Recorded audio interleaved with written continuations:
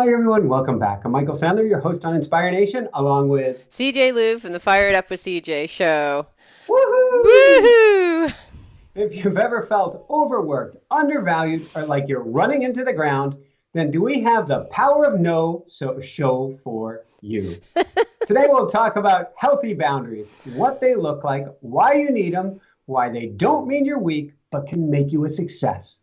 That plus, we'll talk about finding peace in chaos, the power of reflection, discovering who you truly are, graduating from coaching, summertime at the gym, and why in the world Jessica's become an instant boogie board junkie.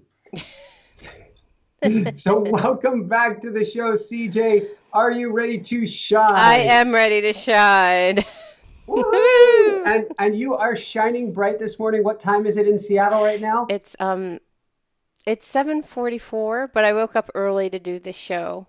And when we had spoken about the show, Michael said, "But please don't come in your early morning state." So I did a yoga class, and I feel it's appropriate that my hair is wet because I'm like echoing your theme of water. So I've got the green screen. I wanted to do the power of water, but we actually, I think we did one of those last year, and we'll probably talk about water quite a bit. So for those watching on YouTube, we do have me in the middle of kind of a rip curl right now. Exactly. So I'm wondering what that means. And actually, in honor of you, see, I have this dark gray shirt on, but Yep. whenever I do that, you don't like it. So I threw a scarf on in honor of you. And that part of that scarf matches the blue that I'm wearing today. So Exactly. I actually thought about wearing blue today too. I really feel like I know what color you're going to wear. And it seems like we're color coordinating, but we really aren't. I mean, psychically, we are. it's very, very cool. So since I am in a rip curl, and it's something we will talk about a little bit, what does it mean finding peace in chaos, and why have you had to duck and cover this week? Okay, so um, do you know the term "death by a thousand cuts"? It's just like Oh this, no. this. But it's actually, I was thinking about this morning in yoga. It is the perfect thing to say because it's death of the ego, right? Death of our stories. And so I have to say, probably since last Saturday, a series of just like little itty bitty inconveniences. None of them in and of themselves a big deal, right? That like, okay, booking. I find out that I guess the airlines right around Christmas when you're trying to fly your kids back from school, they just jack up the Of course. the airplane rates. I mean, substantially. Like already in the last month, it's gone up $300, and I just can imagine. And this is for Christmas and Thanksgiving, mind you. We are now filming in July, and so I would have never in a million years thought about buying Christmas tickets and Thanksgiving, but our Christmas is already planned. Our Christmas vacation, the hotels, everything is planned because I needed to organize. I miss travel agents, but I had to organize my son coming from one direction, our family coming from another, one holiday schedule with another holiday schedule. It was a massive project management, so I did that. And it's not that big of a deal, right? Like I do this every year, but I felt honestly a little bit resentful having to do it in July. And then I booked Thanksgiving tickets. And then all the hotels for our current trip, which we're going to be taking starting tomorrow. And then at 5:30, so I'm running around doing all these little things. And as my son approaches college, there's all these like little itty bitty things, like how about the sheets, all this stuff. So I'm just running myself a little bit ragged from all these like little things. And yesterday, the electricity shut down from 10 to 1. And so I had to cancel. And luckily, I found out the day before. So I had to call my guest, cancel the show, do it early in the morning. And I was trying to render the video so I could create an MP3 for the show that day. And I couldn't do it. So I had to play another show. And I was like running, you know that, right? Where you're running around trying to hit a deadline. And at 10 o'clock, it all, like everything shut off. The electricity shut off earlier that morning. I got a beep beep like at 5:30 in the Of the morning because battery. yeah, because the battery had gone out on one of my appliances. We spent 2 hours on the phone with ADT trying to figure out because it's in our master bedroom. So I figure, oh my gosh, I'm going to be this thing is going to be beeping all night long, and I'm not going to be able to sleep. Only to find out it's we have some other indicator that beep was there. It wasn't the beep at the fire alarm. So Cool. so we do that, and then this morning, and so when these series of days we were like, okay, today is going to be a different day. I'm not going to have these series of unfortunate events today. Please don't, like, today just will please be a day without any little small cut. so so I get to yoga. And I move my leg over, and boom, my water falls over. First of all, I forget my water bottle, so I bring my coffee cup, and my water like all over the place. So then I'm trying to clean up the water because there's this uneasy feeling like, should I do something because I'm supposed to be present, but I'm not present because the water is spilled beside me. And then I was like, no, focus on this. And there's going to be a time when you'll be standing up naturally and you won't disturb the class. So just focus on this. And then I look over to the water, and it's starting to encroach upon my yoga Oh mate next no. to me, and it started hitting her mat. So the water is pooling up near her mat. I was like, I gotta clean this up. So then I'm like cleaning this up, and then it disturbs her because I'm cleaning up this water to the side of her. And I'm sitting there thinking, really? It's going to be one of those days again? And and so that was the beginning of my yoga experience this morning. And then I thought, yeah, it's going to be one of those days again. That's what life is presenting you. You can create a story about it. Say, oh gosh, why are all these things happening to me? It's so easy for my ego to go there. Why is all this happening to me right now? I'm just so tired. I'm so exhausted. Like yesterday was just, I had no moment to breathe during the whole day, to the point where I had to truncate my meditation for 10 minutes. So I just had back to back, back to back, back to back, back to back meetings all the way until 8 o'clock, where I was doing a presentation from 6 to 8, and I was facilitating a group. So I just needed a break, and I thought, you know what? You're not going to get a break. And this is what life is presenting you. So maybe today is going to be exactly like yesterday. Maybe it's going to be like the last 7 days.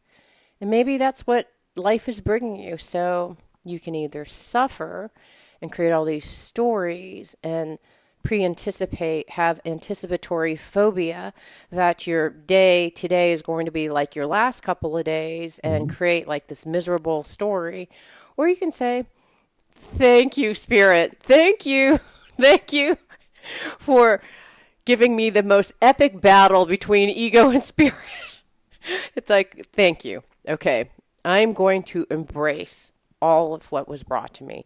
I'm going to embrace the water being spilled. I'm going to Mhm. embrace all of this stuff because why is it happening? Hell if I know.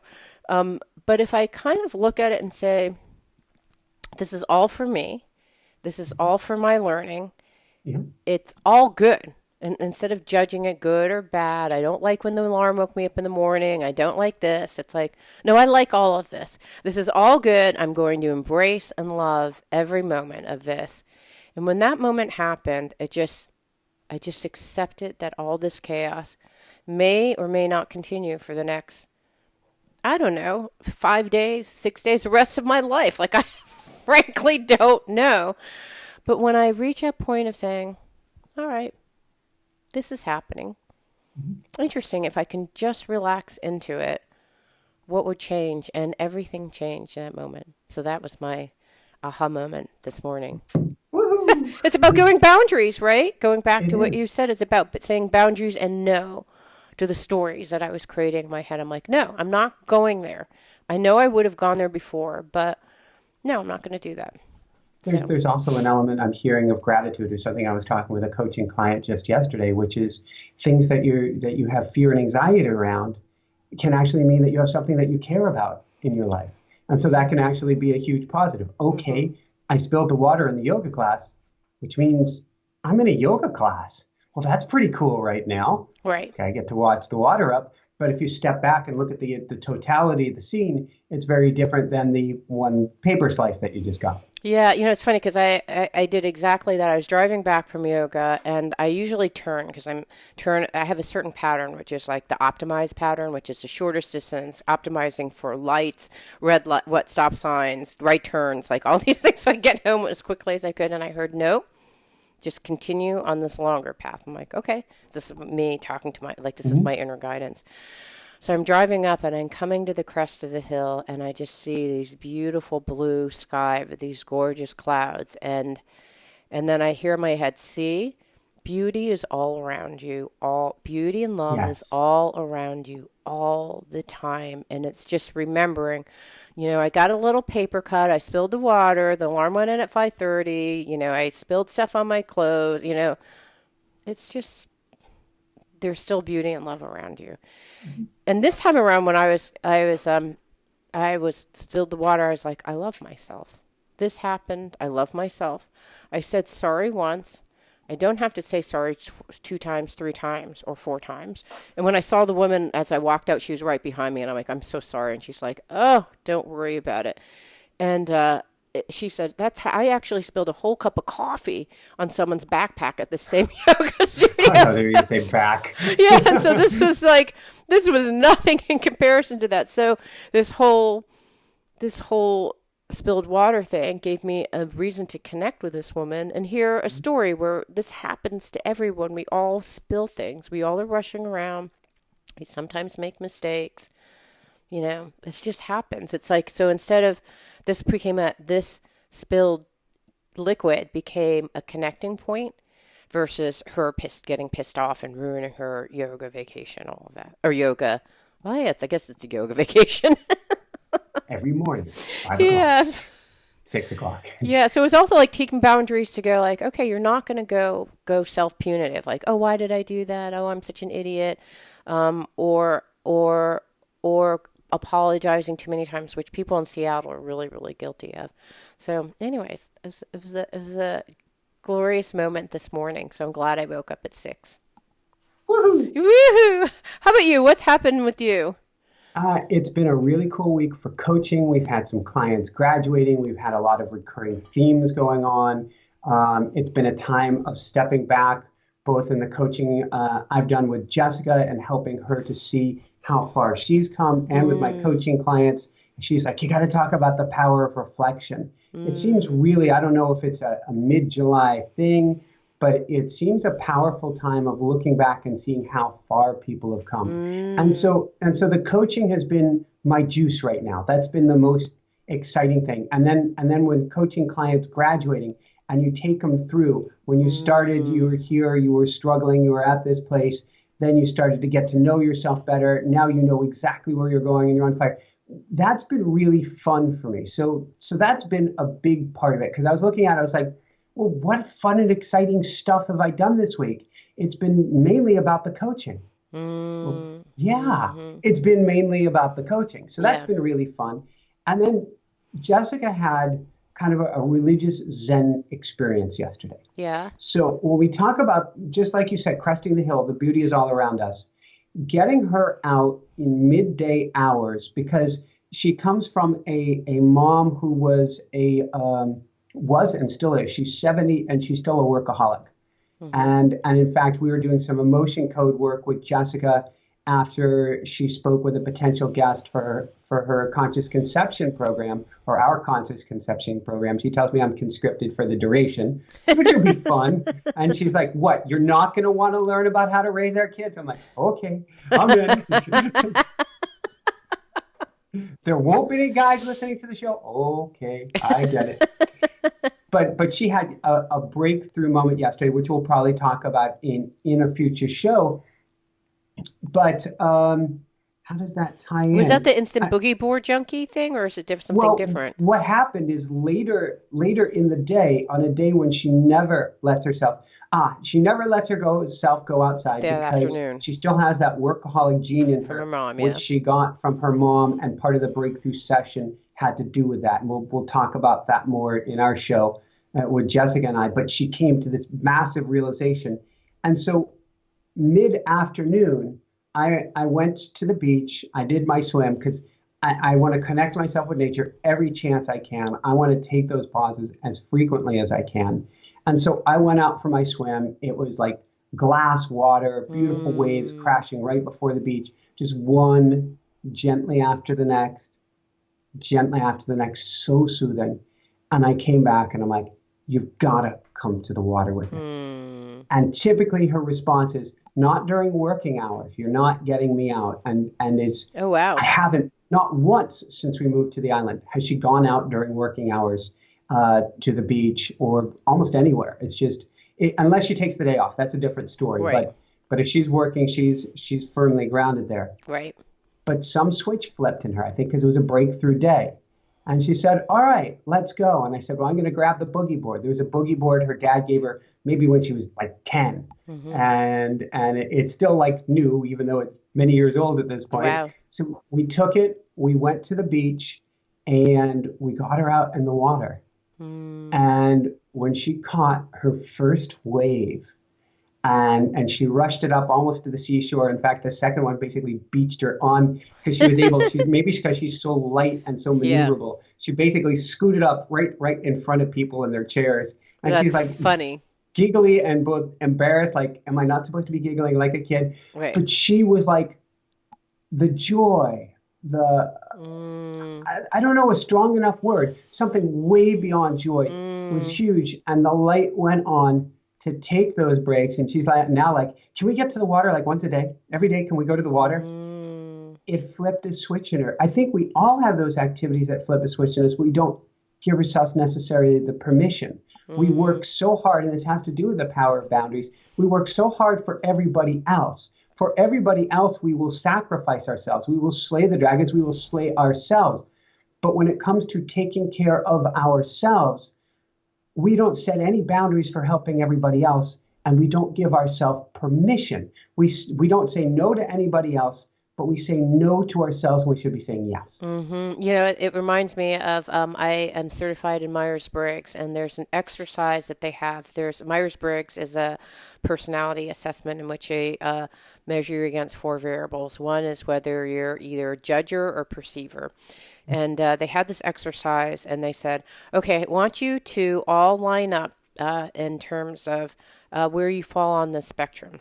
So your friend from out of town calls you and has these incredible tickets to go do, you know, some incredible thing during the day. And you have a big work project. And so what do? Do you go with your friend to this wonderful event that happens during the day, or do you not? Like, what do you do? And it was so interesting because I would assume like, well, everyone's like, you're at work. You need to stay at work because someone's paying you to be at work. So I would have thought everyone would have been, you know, where I think Jessica and I would be standing in this you need to work scenario. But what was interesting is there's a whole line where this is like you have to go to work, and this is kind of like I'm out of there. I'm going to go Mhm. play. And there's a spectrum along all that whole line of where people stood in that spectrum of it's all work or it's like it's about balance and work and play. And what I found really interesting is, you know, this side is pretty clear, right? You're at work and it's the dialogue that I just said, but this side was like, you know, I'm going to take that break because I can. Okay, so let's say I go for this wonderful experience at, you know, 10 to 12 in the middle of the day. I'll just go back to work and work till 9 that evening because it's worth to get that, you know, wonderful experience during the day because I'll feel really bad the whole day if I miss that opportunity. So I'm going to go for it. So it was interesting to just hear the variety of answers, but I think that there was a lot of wisdom and no judgment in either, right? Because you do what you are feel most comfortable doing. Because I would say that until the old version of me would have felt guilty the whole time as I left from 10 to 12. So I wouldn't even have fun because I'd feel guilty about work and being anxious about it. So that old me wouldn't have been able to even do what, you know, this other side of the camp was saying, which is like go and play. But I think it's really important for us to appreciate and play. And there is some wisdom, like to just say, okay, well, just work later. It's not that big of a deal. I'll still work. It's not like I'm going to throw away all my work responsibilities, but why can't I throw in a little bit of fun in addition? And I bet when Jessica did that, she was more productive. Well, that hits a nail on the head, which is who's to say you even need more hours to put in afterwards, but you're more present with the task because you did play. Hmm. What we're learning about the brain, and that's why you'll probably have Dr. Srini Pillay on with Tinker Dabble Doodle Try. What we've been learning about the brain is a lot of the real work takes place when we step away from the work. The neurons are still firing, the processing is still going on, the problem solving is taking place, just not on a conscious level. So when you get your eureka aha moment Hmm. and you think, oh, it just popped into your head, well, you've been working on it and working on it and working on it. But when you work on it consciously, sort of like, where did I put the keys? I can't find the keys. The keys are nowhere to be found. Right. Oh, I'm just going to take this phone call first. Get on the. Oh, now I know where the keys are. Right. When you took that moment to step away from the problem solving. So when you go and you literally surf, so to speak, or you take that Hmm. middle of the day break, whatever it Hmm. is, in a sense, it so seems wrong to our industrial society, punch a clock, um, um, what is it, Protestant work ethic world Hmm. that it's all about time equals results. But Hmm. results equal results, not about time Hmm. equals results. Hmm. And the results often come when we step back from it. Yeah, absolutely. Well, you know who has this down as millennials? Like they get this in a major way. Uh, I was thinking about this interview I just did before 10 o'clock yesterday, before everything shut down, powered down. But it was this woman who, it was a book about boundaries. And she, in her life, was brought a son who is a heroin addict. And she talked about bailing her son out of prison 6 times. And I guess once you have, 6 instances of bailing your child out of jail, the bond gets higher. And so, it's 10% of whatever the bond is. And so at one point, she had to pay $500,000. It was a $50,000 bond to release him from prison, and she just couldn't do it. But all the times before, she had paid, and she was a single working mom. So I got to ask, I know nothing about this whole bond system. Do you get that money back later on? I didn't ask Or her. I think you do if the person doesn't flee, but I don't know. I don't know what part you keep or not. But if you're a single parent, a single working mom, coming up with 50 grand or all the 5 different bails that she had before, like you start. She said a lot of people end up carving into their savings or retirement in order to, because probably maybe you must lose some of it. I don't really know, but they carve into their retirement as a result of their children having going back in and out of jail. And so this is about boundaries with respect to kids. And she had said, when you don't, there's a difference between enabling and helping. Enabling is when someone is able to do something and you do it on their behalf, even though they are capable of doing it. Helping is the person doesn't really know how to do it, and you're helping them because they're doing it for the first time. And that understanding that difference is all about what boundaries are all about. And so I'm reflecting back to what you said. So we do things to others because for others' sake, because we think we're helping, right? But really, they're empowered. They can do stuff. Why are we doing that for them? We can do stuff for ourselves, help ourselves. And not have to do that. So I don't know. It was just so interesting. But what she said is that one of she has this protocol, but the first is stopping and creating, saying no, but then also understanding what's driving that behavior. And I think probably the same sets of things that drive the behavior for parents like that are the same sets of things that drive maybe Jessica. I know they drive myself. It's fear, guilt, shame, worry. Those are the kinds of things that get us to not to kind of like, okay, maybe I'll break my boundaries because maybe they won't like me. Maybe, if I do this, then I'm a bad person. It's all those kinds of things. And so I liked her process because even though people will listen to the show and say, yeah, I should do that, they're going to bump into is their thoughts. Oh, well, I'll feel bad. I'm a bad person. I'm a lazy person. Whatever comes up. so now has she? if this happens, it happens 6 times, which means it's a continuing process. Is there a point at which she says no and says, I love you, son, so much, but I can't bail you out this time? Yeah. Love has nothing to do with money, is what you said. I love you. Whether I bail you out has nothing to do with the amount of love I feel for you. It's that I can't do it. And I'm draining all of my life energy. Literally, she's draining both her life energy and her retirement savings for the sake of her son. So she's hurting herself for the sake of her son. She's like, I just can't. I'm going to be in a tough position, honey, if I continue doing this. So I can't do it.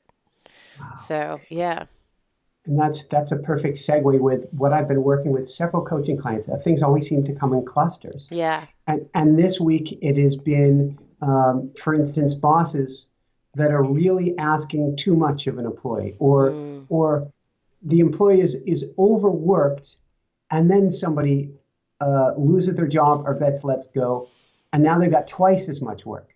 And they were already saying, this is all I can handle. And now they're being asked to handle twice as much.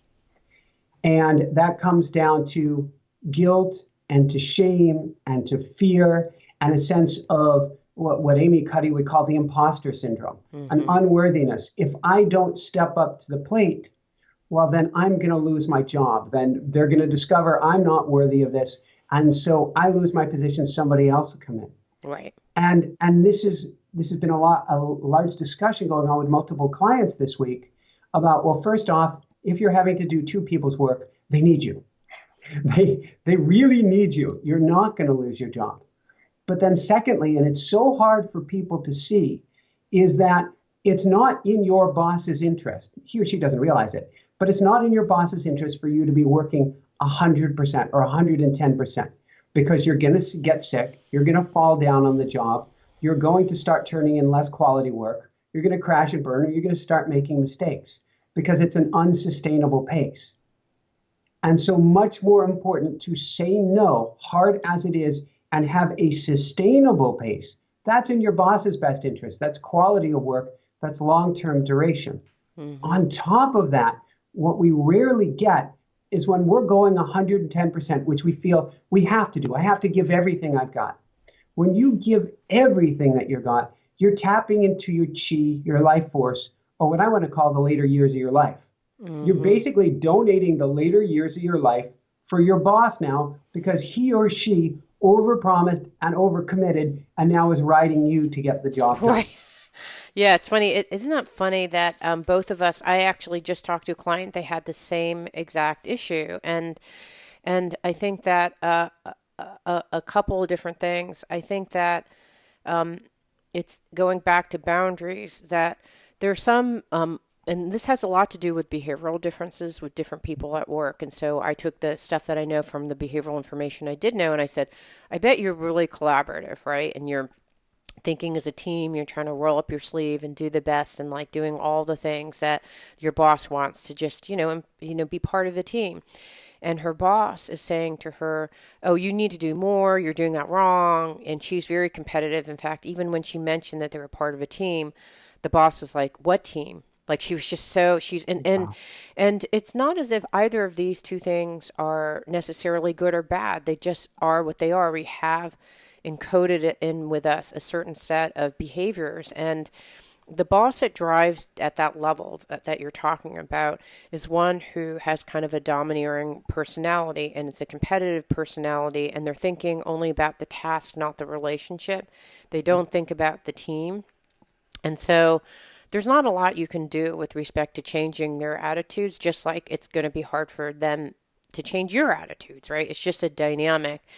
And so part of it is understanding the language of your boss and what your boss hears and doesn't hear, right? And so someone who's driving and is competitive and is moving forward like that, they need to hear a no. And the no has to be pretty strong. If you're like, no, I don't think I can do it this week, it's like, well, that means if I'm listening to that, because I'm highly on this dominant side, I'm like, well, it sounds like you can because you're saying it in that. Oh, I don't think, it's Oh, like, gray zone, and right, if there's even a whiff of possibility, then of course you're going to do that for me. Right. Right, Yeah. CJ? Right.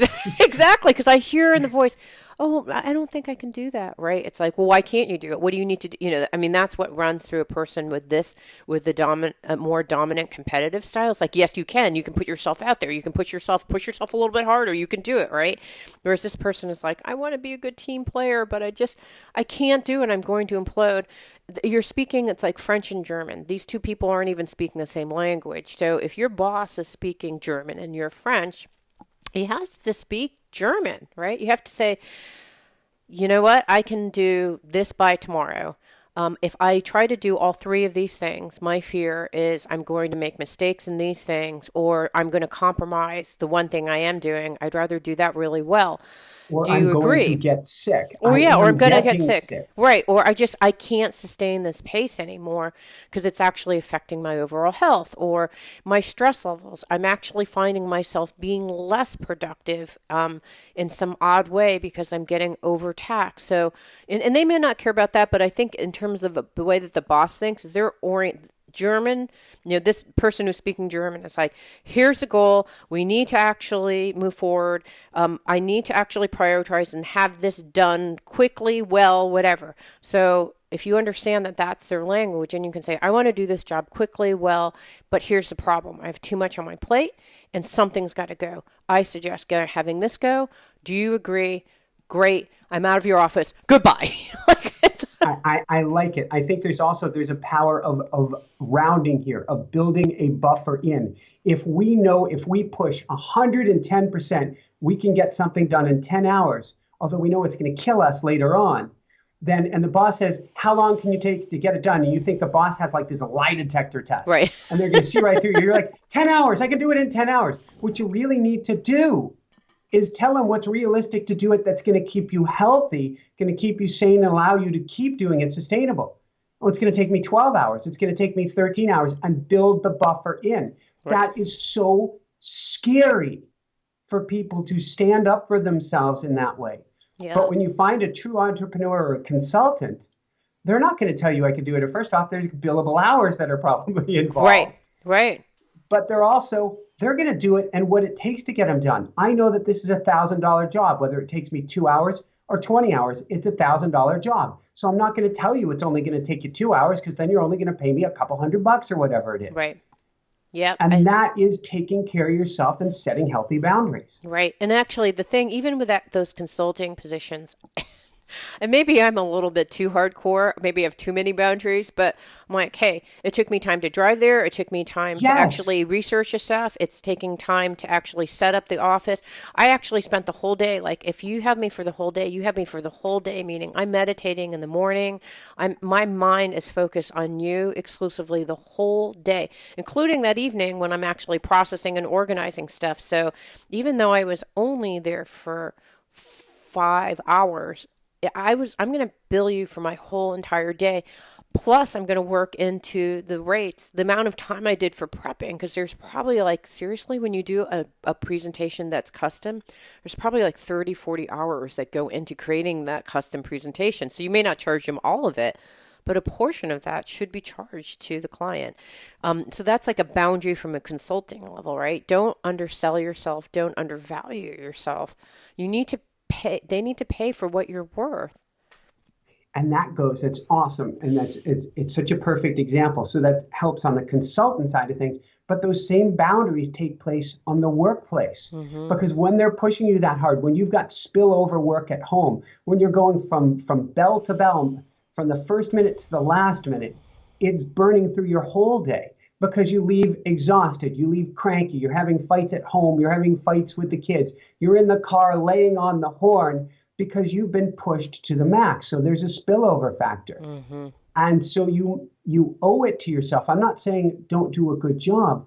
I'm saying you've got to take care of yourself. Mm-hmm. It's so incredibly important. If you don't do that, there's a worthy factor that spills over into your psyche. Mm-hmm. And I think you start to think you are less than, which means it's a downward spiral with the boss because you're less likely to say no. Then you're going to get more exhausted. Then you're less likely to say no. Then you're going to get more exhausted. Eventually you snap and you say something bad. And then you feel bad about yourself and around the circle it goes. It's true. You know what's resonating with me is I was talking about this. I was thinking about this yesterday during the seminar that or the panel discussion I was facilitating. There are people who are really focused on the task at hand. And so it's all about getting the work done. That's the task. And then there are people who are really focused on the relationship. It's all about being liked, having a good team, having good rapport. And I think it's when these two clash that's actually the big problem, because as you're describing, there's the task at hand, but there's also the relationship. And at a certain point, they kind of bleed together. If you don't get the task, then it affects the relationship because you're worried about the relationship. But then at the same time, you're not actually standing up for your relationship and your part in the relationship. So there's this really interesting dynamic between task and relationship, because whenever you're at work, whether you believe so or not, and this is something that I tell clients all the time, it's about both the task and relationship. And so if you're like one of the clients that I used to coach, he was like one of the top legal constitutional law lawyers, and he was brilliant. He's been stated in all blah, blah, blah, like, all these awards, right? So he's like, I'm really good at this task, but you know what? No one likes him. So that's why he's not getting promoted, so there's always task and relationship. And I think the sub point in relationship, it's not only the relationship that you have with your boss, it's a relationship you have with yourself. Yes. I'm just riffing off of what you're saying. I don't want to stop you there, but that to me is where it all begins. Is when we leave our relationship to ourselves at home and we think, I'm an automaton. I have to just be whatever they want me to be here. I think you did do a disservice to everyone. Yep. Absolutely. Yeah, and I think that's the folks that I've talked to that have the hardest time with setting boundaries is because they the beliefs that they have is I need to sacrifice myself in order for the relationship to be good. Where in fact, if we are going through this example of task and relationship, it's exact opposite. Like you have to stand up for yourself in order for the relationship to be a strong and true equal partnership. And so there's a kind of incorrect thinking of, I know this person is my boss, therefore I should have deference. And that's true. Like when you speak to anyone, whether it's your boss, the coffee person, or whatever, it's like having deference because they're a human being.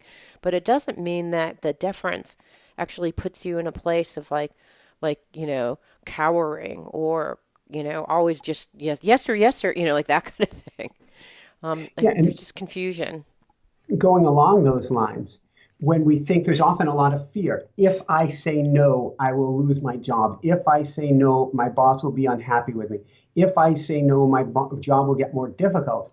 But often what happens is, if I say yes and keep saying yes, they see me as a rollover. They see me as a doormat.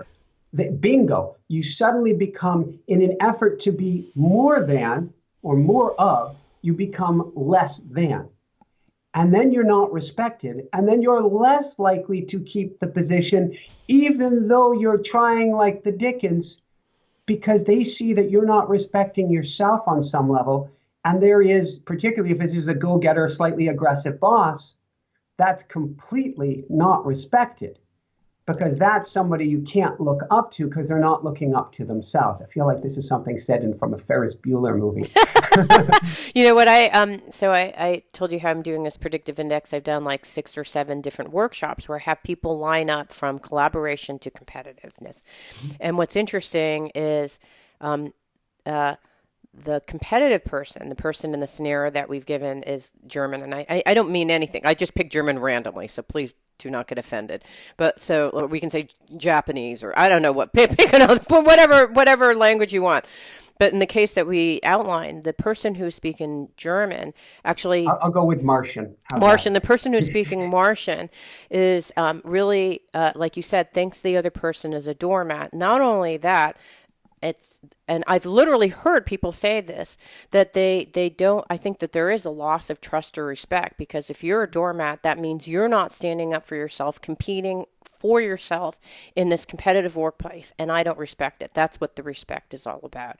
And then what I saw that was interesting, I didn't get this, but I actually, having been on that really high side of dominance, If someone doesn't tell you what's wrong with what you're saying or stand up to you and tell you what's going on from their perspective, then you think they don't respect you.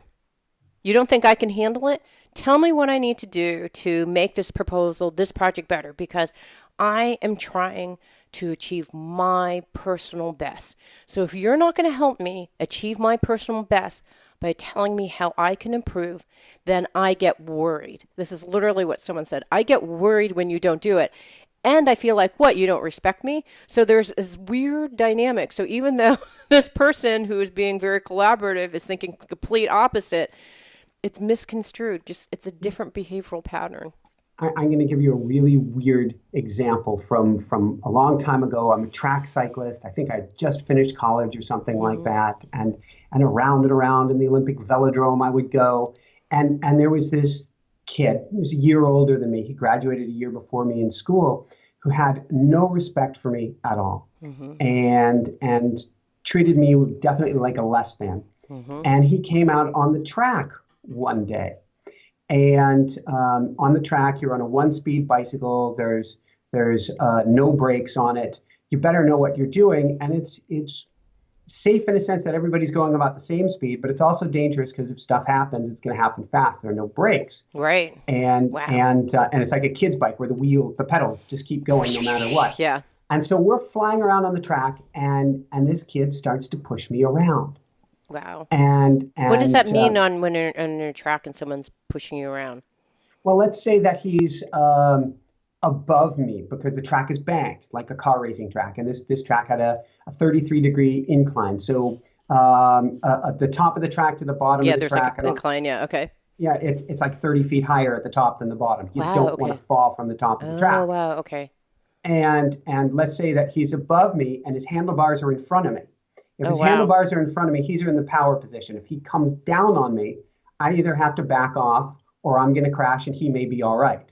So he Right. can literally push me around with his body and Wow. squeeze me to the back of the pack. Wow.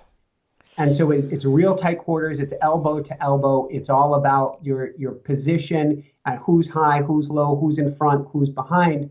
And it's a full contact. And it used to be the rules were a lot looser a while back. Used to be a lot more full contact than it is now. And so he's pushing me around. And it's like being back in college. Except, and I'm a very, yin, loving, Right. kind, gentle, easy, good Oh, no, you guy. have both, though.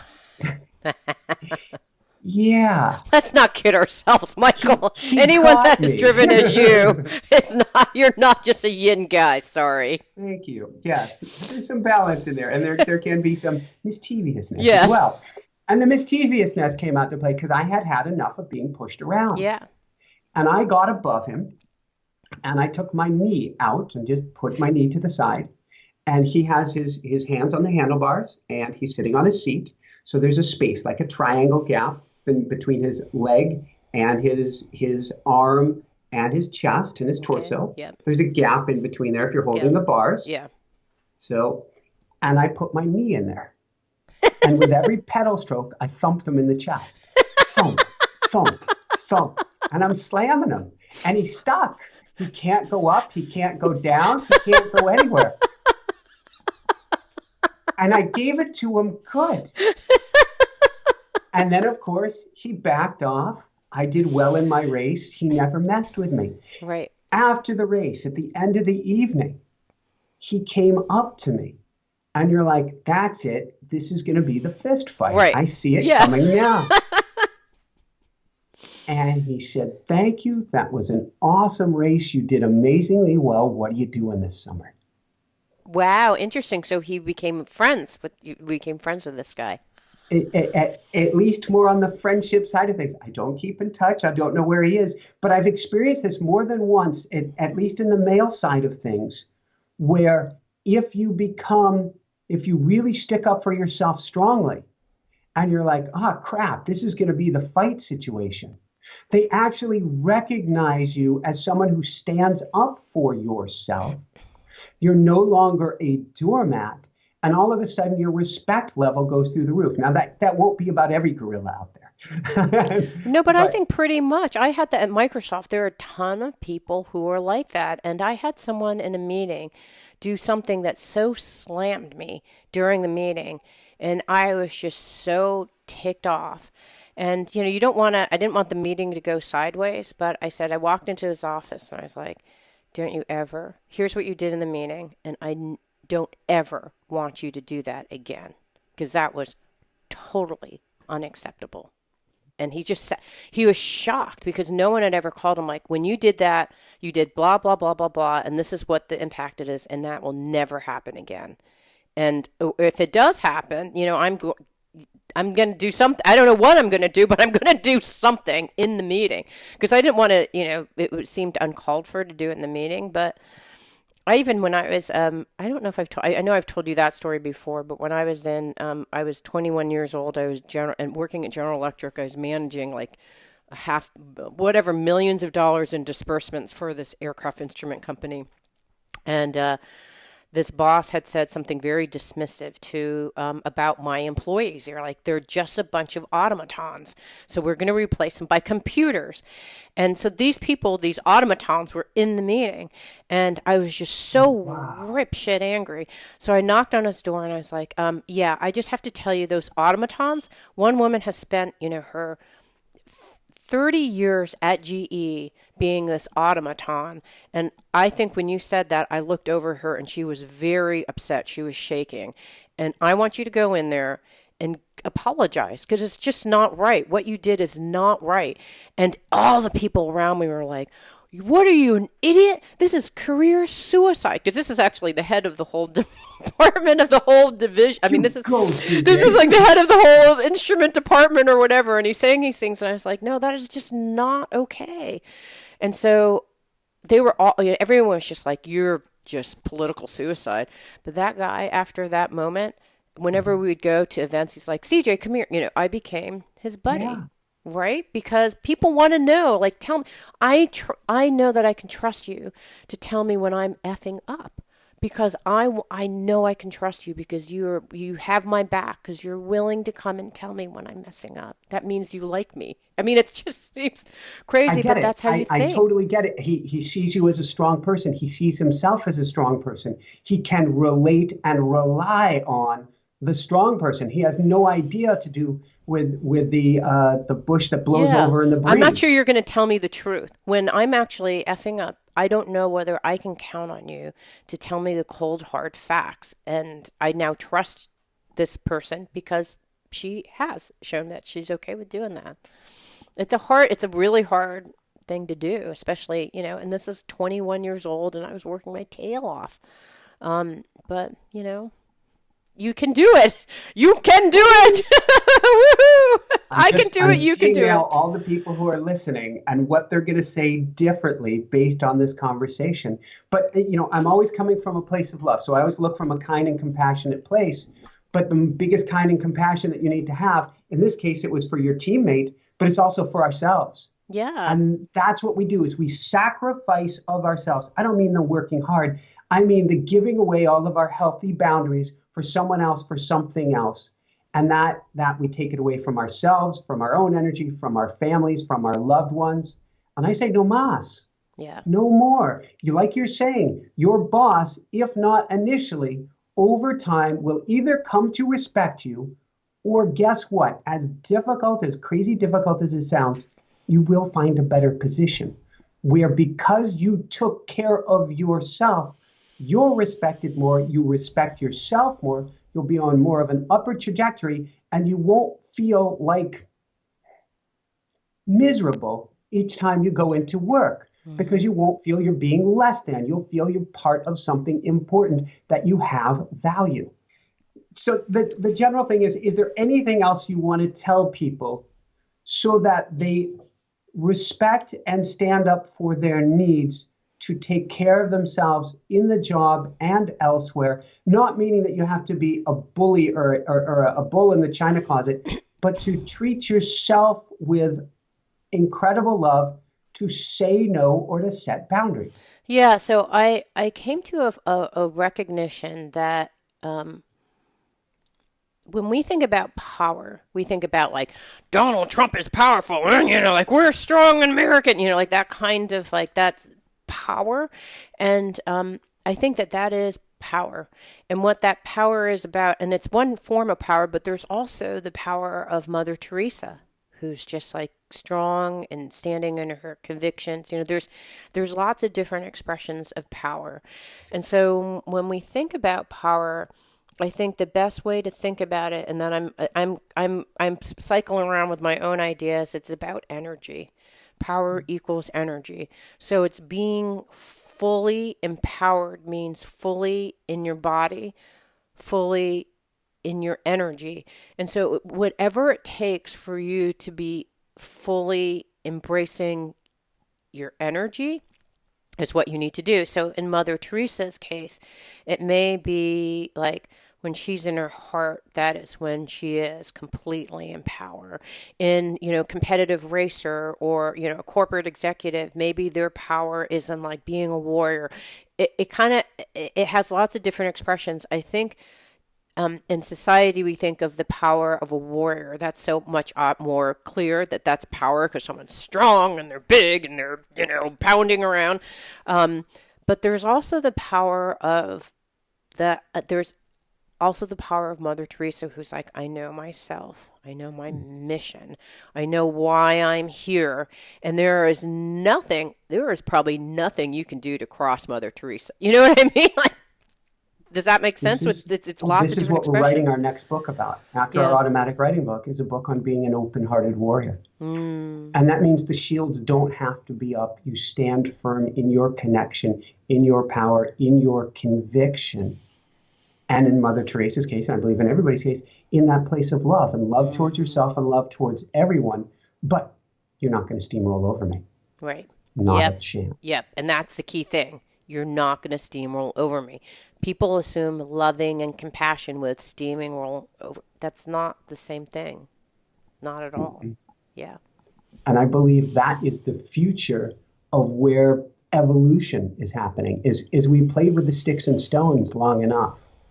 The new sense of power is going to come, shields down, standing in our own strength, in our love for ourselves, in our love for others. And from that conviction. Yep. 100. Woohoo! Well put, CJ. Woohoo! On that note, the last thought, and I know we've got to let you go, is for everybody to understand how great you truly are. We start to lose a sense of that. We give a little away of our soul here, we give a little bit away there, a little bit away there, and we forget who we are, and we forget our own greatness. We forget where we come from. We forget we're truly divine beings having a human experience. If you remember how great you truly are, you will stand strong in your own two shoes. You will set boundaries for yourself, and you will not be afraid of the outcome, because it can only get better when you remember who you truly are and take and love and take care of yourself. Love it. Woohoo!